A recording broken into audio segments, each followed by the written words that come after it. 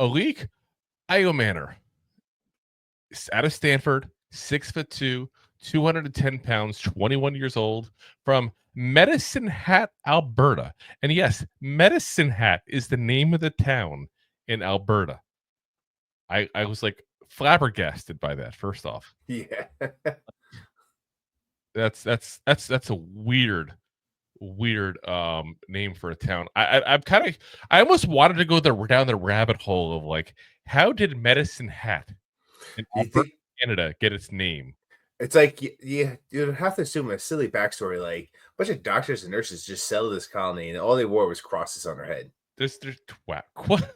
The Oh nurse's my cross, if you god. will. Yeah, like I said, it's just a little crazy to me, and I was just I literally I just pulled up the page on Wikipedia now, actually, just to even see. So, anyway, it's apparently a English interpretation of a Blackfoot word for the eagle tail feather headdress worn by medicine men. I'm not sure how that became the name of the town, but that's where this apparently came from. So, anyway, get out of that Okay. rabbit hole here.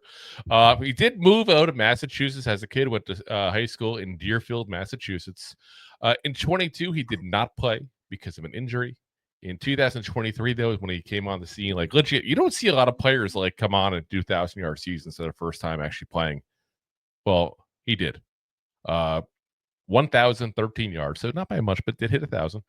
6 touchdowns. Was the John Cornish Trophy Award winner. Now that goes to the best Canadian player. It just sounds Canadian.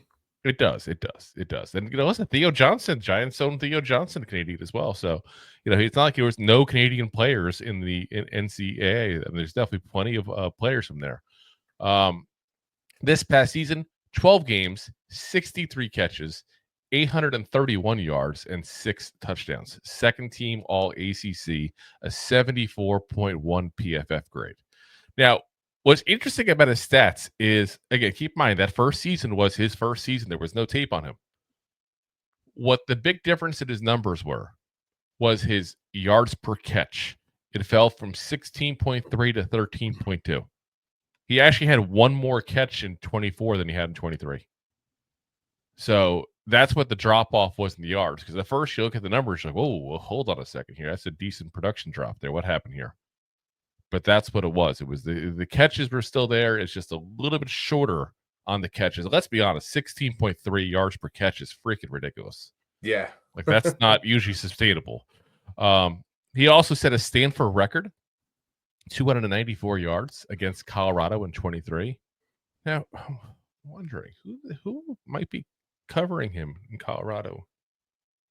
Could it be a guy that people seem to think is an elite corner that I keep on saying is not? Just saying. Oh, by the way, he also had like a 3 touchdown performance against Colorado this year, including catching a contested touchdown to win the game against Travis Hunter. Just saying. And I said, I'm not even trying to bash Travis Hunter when I say this. It's because people love the way he plays. So if you love the way he plays, you should love this receiver who outplayed him twice. Like, point blank. Statement. Yeah. So good strength. He's great at contested catches. Plays faster than he actually is when he's timed. So in other words, he's got the play speed, not necessarily the track speed, if that makes sense there. Yeah. His route tree does need to develop more. Drops have been an issue. I will say, I think a third year in college, what I would like to see to kind of fine tune some of this stuff here, but that's not what he's deciding to do. I think he's going to be a 3rd-round pick. I think this guy has the potential to develop into a starting wide receiver, but I think he's going to need a little bit of developing time where you probably want a 3rd, 4th receiver to start off. But I think he has the potential to turn into a decent receiver in this league if you're patient and have the right person to teach him a little better. Yeah, you have to wonder, because just like you said, that his average yards per catch was 60.3 to go down to 13.2, which is insane. Both is really good. Like, yeah. that's not He'd run a And best again, pick. not an uber But- speedy guy. This is not the guy who's Yeah. doing like, you know, like 4.3 40 times, you know? So like you have to wonder, like he's trying to go in early into this draft to capitalize on what he's already done, not necessarily what he could do. Yeah. As something you have to think about, because like, all right, you went from a 60.3 to a 13.2, which 13.2 per catch is still really good. Yep. But Yeah. riding on the hype, because what if he goes to college one more year and goes down to like a 15, down to like a 5.7? Where's he drafted then? Yeah. Yeah.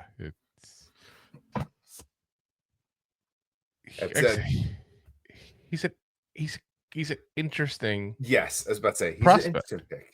Because it's like I could see the potential, but I can't sit there. I could see him. This is the crazy. He's one of those guys that's like, I don't want to say boom or bust, but it's almost like I can't quite grasp where I think he's going to be. I think he could develop into a starter. I think he could be a long-term backup, or he could be a guy that in a couple of years is out of the league. And none of that would surprise me. And you guys know that I will tell you point blank if that's where I'm at. But usually I'm like pretty much like, boom, this is where I think this guy is. This guy's a little bit of a more, you know, of a quandary, to use another Scrabble word. Quagmire, if you will. Yeah, giggity. But you. But like you're going there, like I wasn't going to say out of the league, but like a special teamer, like he's a guy that yeah. I mean, I can see it, and I can not see it. I mean, he's got decent size. He has some abilities, probably on a coverage team there. But like I said, I think the goal with him is, like I said, to develop him into being like a wide receiver too.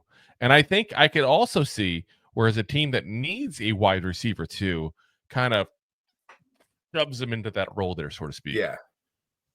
And I don't want to do that to him. And I want somebody to get him that's not going to do that to him. And it's going to give him a chance to develop a little more and have a good wide receivers coach or have a good veteran wide receiver that's going to put some time in with him because he does need some work. Yeah. You know, the big thing for me is the hands thing. He's got to fix the drops. That's like one of the biggest things. When you're dropping the ball, guess what the first thing you need to do as a wide receiver is receive. Yeah. You can't catch the ball. You are the catcher of the team. You need to catch. Yeah. Like that's plain and simple. Exactly. But again, as a receiver, you need to receive. But yeah, he needs to benefit from a team that, like you said, they have a veteran wide receiver. Yep. They already have the number 2 that might be the next up, but the veteran wide receiver, their contract might be coming to an end in the next year or 2. Yeah. You pick him up. He's your wide 3, possibly 4, depending on your scenario, how it works out. Next year, he comes out to be your wide 2. Yep. And like I said, that's where you got to put him at there. So, all right.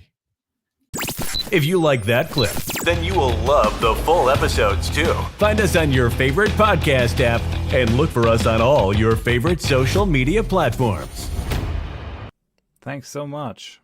Please, I'm begging you. Please.